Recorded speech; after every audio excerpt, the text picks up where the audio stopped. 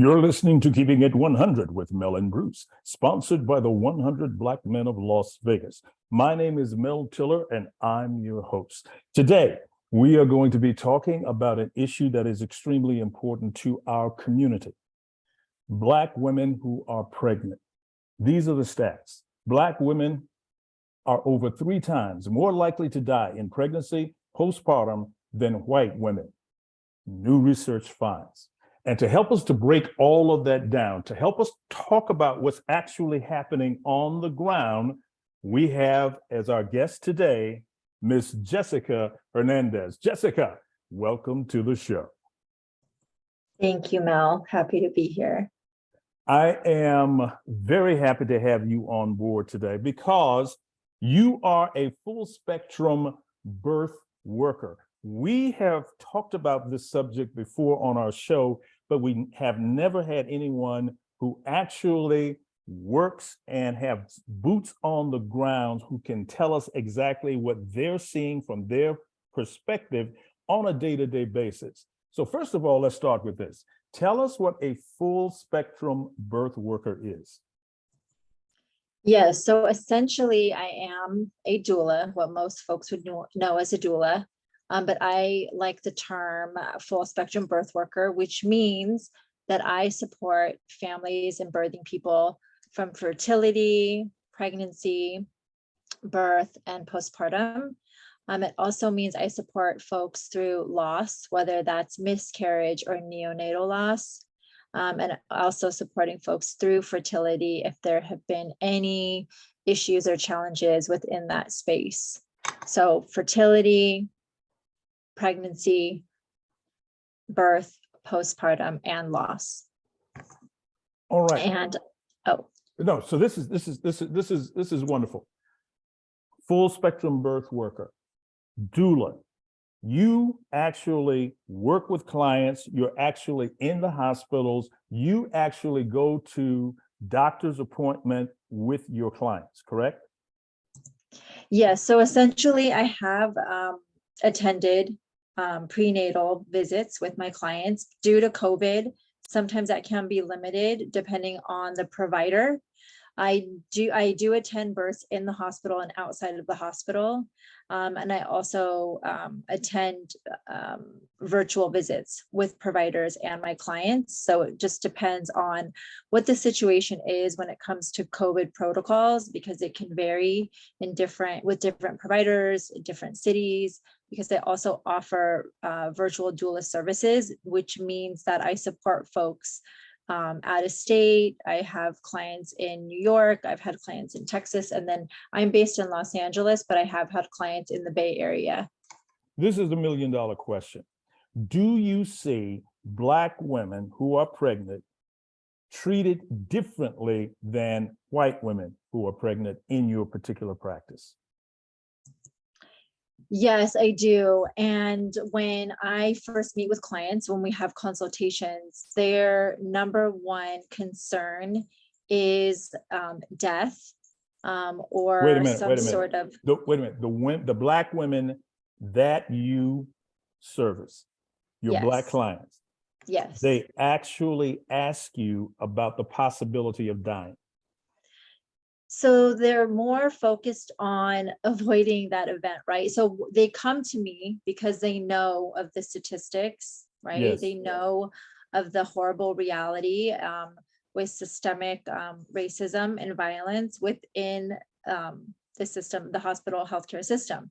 So that is usually one of the first things folks will want to talk about when they are a Black birthing person or a person of the global majority, meaning Black, Brown, Indigenous, person of color. So, but specifically Black birthing people will address that within our first consultation as a major concern, death. That's very troubling. Tell me what you see. Give me an example, a story of when you've had a white client and when you've had a Black client and how the Black client has been treated and how the white client is being treated.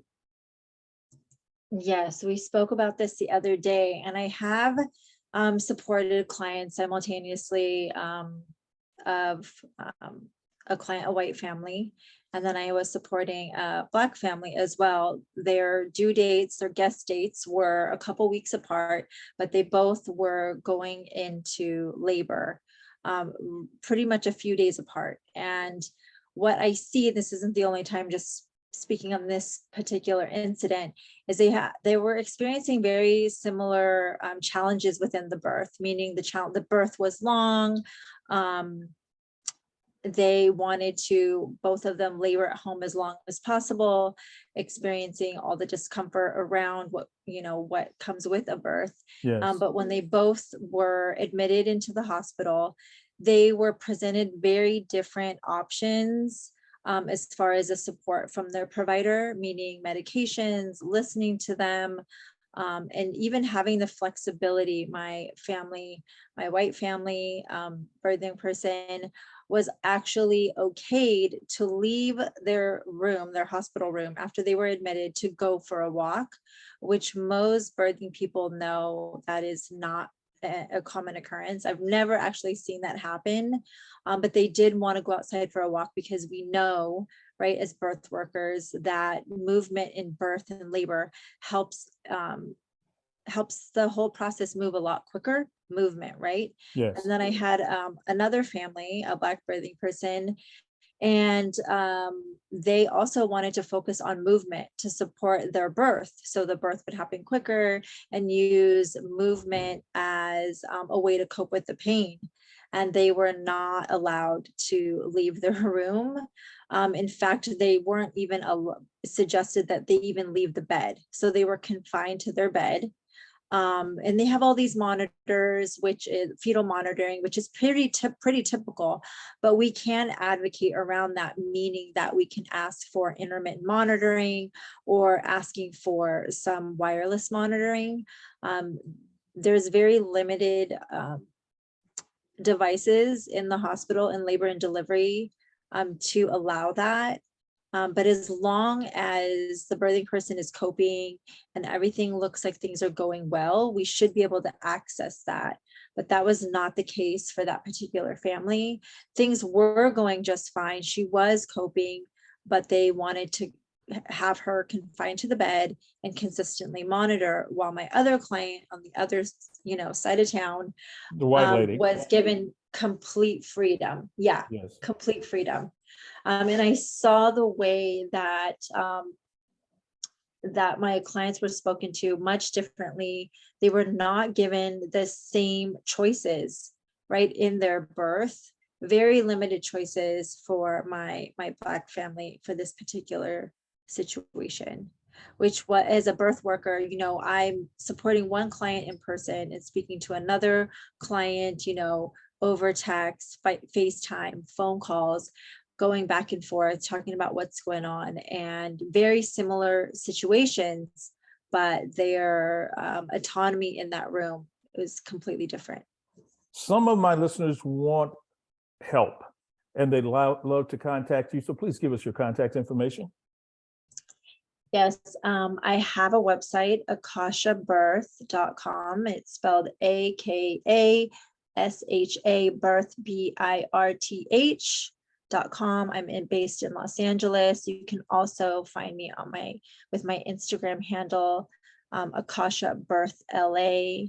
And I'm pretty active within my stories, sharing all types of information for birthing people or people on the birth continuum. And so you work with people one-on-one in person, and you also work virtually. Yes, most of my clients are in the LA area, but like I mentioned, I have been paired with families that were located in New York, in Texas, and in the Bay Area. And so the way that looks is that we're meeting just like we are right now on Zoom virtually, and we are talking about all the concerns, and I'm educating you around birth, pregnancy, nutrition guidance, lactation,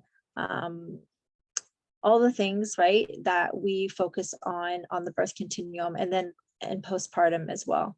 Give us your phone number again. My phone number? I think it's best if we just contact me through my email, which Okay. can be Jessica Hernandez at akashabirth.com. So it's Jessica, Jessica, last name Hernandez, Hernandez at akashabirth.com. Great. Talk to me a little bit about why you entered this field. What made you choose to help individuals who are giving birth? So I have been around birthing people pretty much my whole life. Like I mentioned to you the other day when we were talking, the first birth I ever attended was my sister's. And then after that, friends, family, and I just felt this calling. Birth work is also part of my family history. My great grandmother was in birth work. She was also a nurse. So I'm very connected to it within my family. And then just growing up, right? Attended my sister's birth, was with her all night. At the time, we didn't have iPhones. So I was writing down the times each wave came, each contraction, and figuring out how to support her right through that. And then from that experience on, I attended her second birth and was one of her support people. And then later on, friends, cousins, other family members, and that is really what interested me. I would always offer to my close friends when they became pregnant if they wanted me to be in the birth room. Some of them would say yes, some of them would say no, but I've always felt really drawn to folks at this part of their life, this sacred time when you're bringing in life. I love that. Ladies and gentlemen, if you are pregnant, if you and your partner are thinking about pregnancy, understand this. Black women over 3 times more likely to die in pregnancy postpartum than white women. This research finds. Do the research for yourself. There are individuals like Jessica out there who can help you through this process, but you are at risk. That's what the data says. And we need individuals like Jessica who are involved in this full spectrum birth area. We need you to give Jessica a call. We need you to make sure that you have help in your pregnancy so that you come out fine and the baby comes out fine. Jessica, we're going to leave the last word with you. What should our listeners know? Well, what I would like listeners to know, people that are thinking, like you just mentioned, people that are thinking about becoming pregnant or folks that are pregnant, is that we want you to have support. This is a very sacred time, right? There's so many pieces of our life where we celebrate, where we have support, like weddings and bachelorette parties and things like that. But you're bringing in life, you're cultivating life, creating a foundation within your family. And so I think this is a very crucial piece to becoming a parent, to growing your family, is having support, whether it would be for someone like me or someone else. I think that it definitely improves the birth outcome for folks and just the foundation for the family structure, creating a sense of bonding, right? And getting to know yourself on a deeper level. Jessica, thank you for joining us today. You're listening to Keeping It 100 with Mel and Bruce, sponsored by the 100 Black Men of Las Vegas, and that's Keeping It 100.